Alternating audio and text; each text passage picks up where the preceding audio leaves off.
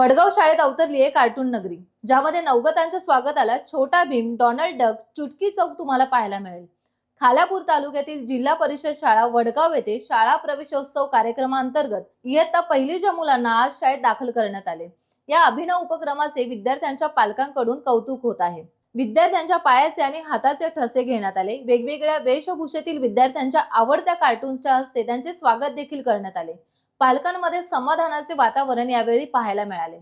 जिल्हा परिषद शाळांमध्ये पहिल्यांदाच कार्टून रॅली काढून विद्यार्थी आणि पालक सहभागी झाल्याचे पालकांनी बोलून दाखवले।